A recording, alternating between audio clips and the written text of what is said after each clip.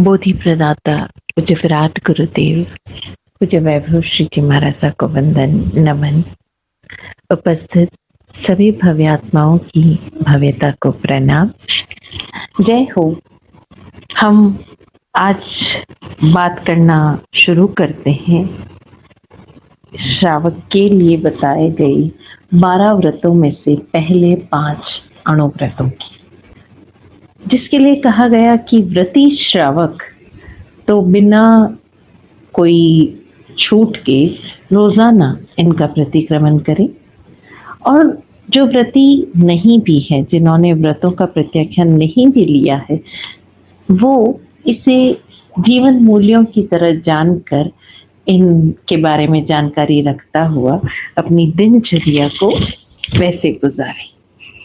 जैसा आप सबको पता है कि इन 5 जो अणुव्रत है, इनको कहा गया विरमण व्रत। रमण यानी पूरी तरह से इन्वॉल्व होना, इंडल्ज होना, और विरमण यानी वहां से स्वयं को अलग करना, डिसोसिएट करना, जागृत रहते हुए ऐसे किसी भी कार्यों में खुद को इन्वॉल्व या इंडल्ज नहीं करना। अब यूं देखा जाए तो एक एक शब्द इतने गहरे हैं कि हम घंटों में उसकी चर्चा कर ले तो हम समझ ही नहीं पाएंगे। हम अभी तक अपना रमण ही नहीं जान पाए तो विरमण खुद कैसे कर पाएंगे? क्योंकि जो भी हम कुछ कर रहे हैं वो इतना बेहोशी में हमसे हो रहा है कि we don't know what is going on with us. हम बस किए जा रहे हैं। और ये जो साधना पद्धति हमें दी गई, उस साधना पद्धति से हम इतने अनजान हैं। हम सब बातें करते हैं अहिंसा की, हम सब बातें करते हैं जियो और जीने दो, अहिंसा परमो धर्म, सब कुछ। लेकिन जो पहला व्रत सावकों के लिए दिया गया, वो दिया गया प्राणातिपात विरमण। पहली बात, हम व्रतों के बारे में ही नहीं जानते, फिर रमण और विरमण में भेद ही नहीं कर पाते। तो बहुत ही क्लोजली इसीलिए कहा गया कि जैन धर्म जो है, जिन लोगों ने कहा बड़ा सूक्ष्म धर्म है। अब सूक्ष्म हमने कैसे मान लिया? सूक्ष्म जीवों की हिंसा अहिंसा, सूक्ष्म जीवों का घात आघात। अरे बाबा, सूक्ष्म उस दृष्टि से नहीं है, सूक्ष्म इस दृष्टि से कि आप ये इतना माइन्यूटली डिजाइंड और डिफाइंड है कि हम वहां तक पहुंचे, लेकिन हम तो जानते ही नहीं है क्या पहुंचेंगे वहां तक, है ना? हम तो जानते ही नहीं है, तो वहां तक कैसे पहुंचेंगे? है, हम मोटा मोटी तौर पर इसको समझने का प्रयास करते हैं। हालांकि कई बार लगता है कि इतना मोटा मोटी तौर पर भी जो हम समझने का कह रहे हैं ना, वो मोटा मोटी भी हमको बहुत ज्यादा माइन्यूट लगता है, जबकि ये इतना इतना सूक्ष्म, इतना गहन और गहरा है। जैसा पहला व्रत है प्राणातिपात, प्राणों का अतिपात, प्रतिपल हो रहा है प्राणों का अतिपात। पहली बार तो हमें पता ही नहीं कि हमारे प्राण क्या है, व्हाट इज प्राण। हम शब्द सुनते हैं और बोल देते हैं, और रोज बोल रहे हो बरसों से, प्राणातिपात विरमण व्रत, कोई दोष लगा हो तो तत्समिच्छामि दुक्कडम। जब आप प्राणों के बारे में ही नहीं जानते तो प्राणातिपात तो भूल जाओ कि आपको पता चल रहा होगा कि प्राणों का अतिपात कहाँ हो रहा है। और उसमें भी विरमण करना, जब रमण ही नहीं समझ आ रहा है तो विरमण क्या समझ आएगा? आपको पता ही नहीं चल रहा है। सोचिए ना, क्या है हमारे प्राण? हमें पता ही नहीं कि हमारे प्राण क्या है, पता ही नहीं। इतने बेहोश हैं हम, सांस ले रहे हैं, सांस जा रही है, वो तो आप बोल दोगे हम तो इनहेल कर रहे हैं, एक्सहेल कर रहे हैं, लेकिन उस जो एयर है उसको क्या कहा गया? प्राण वायु। प्राण कहाँ फ्लो हो रहे हैं हमारे बॉडी में? ब्लड फ्लो हो रहा है, प्लाज्मा फ्लो हो रहा है, एयर फ्लो हो रही है, न्यूरॉन्स के अगर हम वो देखें तो नर्वस सिस्टम एक अलग तरह से फ्लो कर रहा है, तो हमारा फूड फ्लो कर रहा है, बहुत कुछ हमारी बॉडी में, इतने सारे सिस्टम्स हैं। जैसे एयर ट्रैफिक होता है ना एक एयरपोर्ट पे, इतने सारे सिस्टम्स हैं, सब अपना काम कर रहे हैं, लेकिन इन सब के बीच में प्राण भी है हमारे शरीर में। जब एक व्यक्ति मरता है तो हम क्या कहते हैं? मरा क्या, खत्म क्या हुआ। लिखते हैं प्राण पखेरु उड़ गए, हंसा चला गया। हंसा क्यों कहा गया? क्योंकि ये जो आप चंद्र स्वर और सूर्य स्वर से जो ये ईड़ा और पिंगला की जो वाइब्रेशंस है, जो गति है, उसको हंग और स की साउंड दी गई। जो अंदर जाता है हंग, सांस लेते हो तो ध्वनि आती है और छोड़ते हो तो सा की तरह की ध्वनि आती है, उसे कहा गया हंसा। और कोई पक्षी नहीं था कि हंसा उड़ गया। हंसा उड़ गया यानी ये जो प्राण वायु का इनहेल एंड एक्सेल था, ये रुक गया, प्राण चले गए, क्योंकि आत्मा मरती नहीं। और हम कह रहे हैं कि हम मर गए, तो मरा क्या इंसान के अंदर? इंसान मरने के बाद भी आप देखो आंखें चालू रहती है, उसका हार्ट बीट रह रहा है, अचानक से स्टॉप नहीं होता है। तो फिर वो क्या था जिसने बॉडी को रोक दिया, जिसके लिए हमने कह दिया इंसान मर गया? तो पहले तो ये फाइंड आउट करने का प्रयास करें। ये पूरी किताब पढ़ाते पढ़ाते कई बार ऐसा, दोबारा खुद भी पढ़ते पढ़ते कई बार ऐसा लगा कि हम ये वाणी सुन तो रहे हैं और हमें ये भी समझ में आ रहा है कि हम जो कर रहे हैं गलत कर रहे हैं, लेकिन फिर भी हम उतने डिटरमाइंड नहीं हो पाते कि हम सही दिशा में अपना काम शुरू करें। तो कम से कम आज इस बात पर तो ध्यान देना कि हमारी बॉडी में प्राण कहाँ फ्लो हो रहे हैं। जब पैरालिसिस होता है तो क्या होता है? वो हिस्सा मर जाता है, यानी ब्लड सर्कुलेशन तो हो ही रहा है, क्योंकि वरना तो स्किन काली पड़ जाती। क्या हुआ डॉक्टर्स भी नहीं बता पाएंगे, डॉक्टर्स भी यही कहेंगे सेंसेशन खत्म हो गया। सबसे बड़ी चीज है कि उस हिस्से का प्राण गति अवरुद्ध हो गई।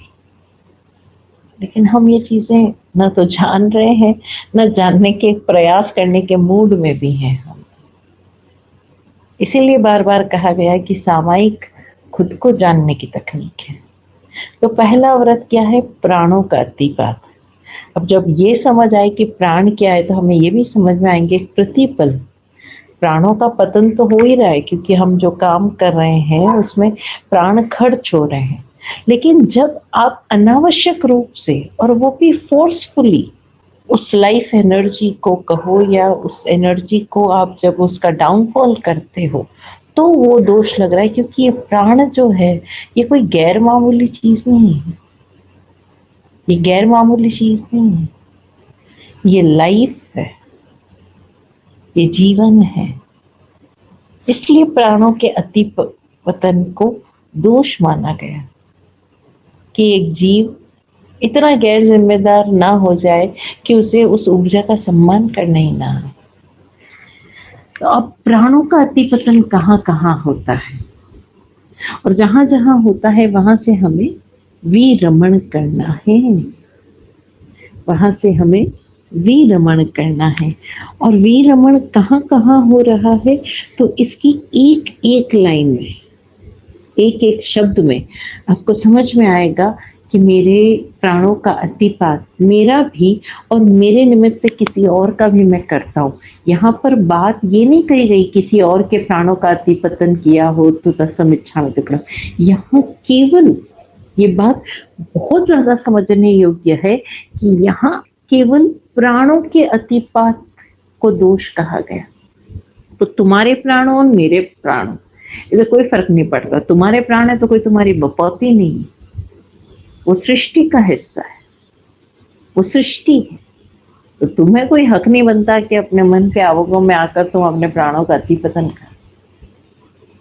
नहीं, तुम्हारे प्राणों पर ये सृष्टि भी का उतना ही हक है, ये सृष्टि का भी उतना ही हिस्सा है जितना तुम्हारे अपने मैं पने का। इस बात को गहराई से समझना, इस बात को गहराई से समझना। ये एक लाइन भी, ये एक संकल्प भी, ये एक शब्द भी हमें समझ में आ गया, इस एक व्रत को भी हमने साध लिया तो बाकी के 5 अपने हो जाएंगे, सध जाएंगे। कि मैं ना स्वयं के प्राणों का अति पतन होने दूं, ना मैं किसी और के प्राणों का अति पतन करूं। अब ये कैसे संभव होगा, यही जानने योग्य बात है, यही जानने योग्य बात है। और ये जो जानने योग्य बात है, इसका सम्मान करते हुए हम अपनी दिनचर्या में कम से कम ये तो संकल्प करें कि मैं जब तक पॉसिबल हो सकेगा मैं इस एक चीज के प्रति अटेंटिव रहूंगा। ये एक चीज के प्रति भी आप अटेंटिव रहेंगे ना, तो सब सज गए, आपके निस्सिही भी हो गए, चारों वेद भी हो गए, सब सब सब हो जाए कि मैं मन, वचन और काया से प्राणों का अतिपात ना होने, ये समझना बहुत जरूरी है। फिर तरीके क्या क्या कारणों से अतिपात होता है, ये जानने के लिए हम ये विरमण गीतिका का अध्ययन करें। हिंदी में दी हुई है, ऐसा कोई शब्द नहीं जो आपको समझ नहीं आ सकता। आप बड़े आराम से इसको एक एक शब्द को गौर से पढ़ें। बिन लोभ दबाव अपेक्षाकृत, ना तो लोभ है, ना कोई दबाव है, ना मेरी कोई अपेक्षा है, मैं स्वेच्छा प्रतिक्रमण करता हूँ। एकेंद्री से पंचेंद्री तक हर हुआ विराधन, मेरे जाने अनजाने में जो भी मुझसे विराधना हो गई है, मैं उसको स्वयं से दूर करता हूँ। बिन लोभ दबाव अपेक्षा कृत स्वेच्छा प्रतिक्रमणा करता हूँ। एकेंद्री से पंचेंद्री तक हर हुआ विराधन हरता हूँ।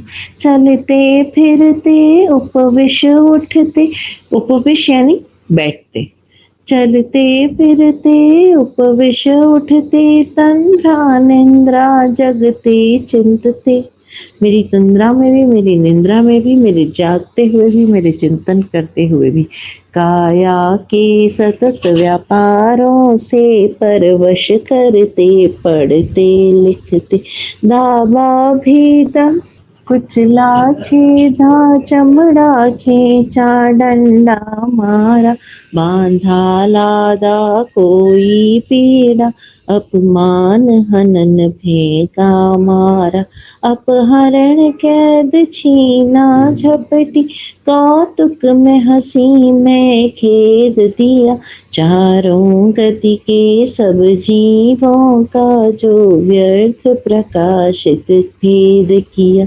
अभी देखो, चलते फिरते, बैठते उठते, तंद्रा में, निंद्रा में, जागते चिंतते, मेरी काया के जो प्रतिपल एक्शंस चल रहे हैं वो किसी और के परवश होकर करते हुए या पढ़ते लिखते हुए, मैंने किसी को दाबा हो यानी प्रेशराइज किया हो, भेदा हो, भेदन कर दिया उसको, मतलब जस्ट आई हैव शॉट, कुचला हो, छेदा हो, छेदना यानी उसकी कमियां देखी हो, उसके जो भी शॉर्टकमिंग्स, फ्लॉज, फॉल्ट्स है उसको बार बार पॉइंट आउट किया हो, चमड़ा खींचा डंडा मारा, बांधा लादा, मैंने कोई शर्तों में, कंडीशंस में बांध दिया। आजकल रस्सी लेकर कौन बांधता है, लेकिन हम अपने इमोशनल ड्रामेबाजी से लोगों को बांधते हैं, कंडीशनिंग्स में बांधते हैं, अपने सोसाइटल कमिटमेंट से बांधते, बहुत तरीके से बांधते हैं।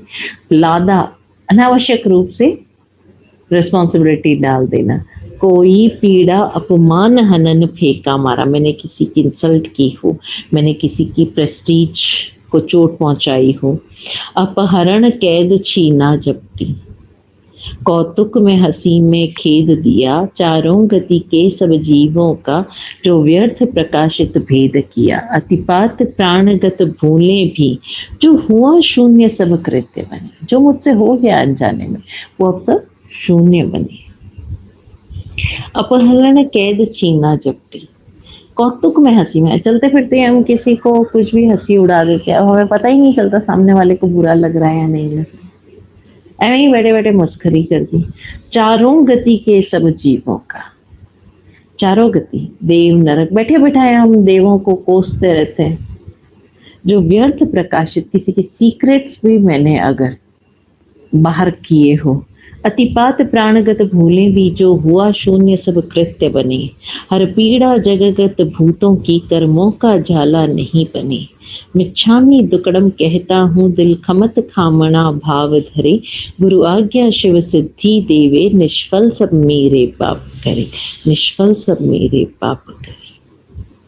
बहुत सिंपल है, इस प्रकार प्राणातिपात विषय किसी प्रकार का आरंभ मैंने मन में भी स्टार्टिंग कर ली हो, अनर्थ दंड जो मेरे करने योग्य कार्य नहीं थे वो मैंने कर लिए हो, अनावश्यक अकरणीय कार्य मेरे लिए अनावश्यक थे, अकरणीय थे, मेरे लिए योग्य ही नहीं थे, तो तत्सम इच्छामि दुक्कड़म, ये सारे जो है मैं उन सब से स्वयं के सारे दुष्कृत्यों को मिथ्या करता हूँ ताकि कोई भी घटना ना बनी। एक बार फिर इसको पढ़ लीजिए। तंद्रा मीन्स पूरी तरह से नींद नहीं आना, हल्का सा झोंक आना, या आप अपने किसी विचारों की तंद्रा में खोए हुए, आपको पता ही नहीं चल रहा आपके आसपास क्या हो रहा है। नींद नहीं है लेकिन वो नींद की तरह ही है। तो एक बार इसको सारों को चेक कीजिए, एक एक शब्द को चेक कीजिए। Now we are coming to an end of this book. Thank you. जय हो।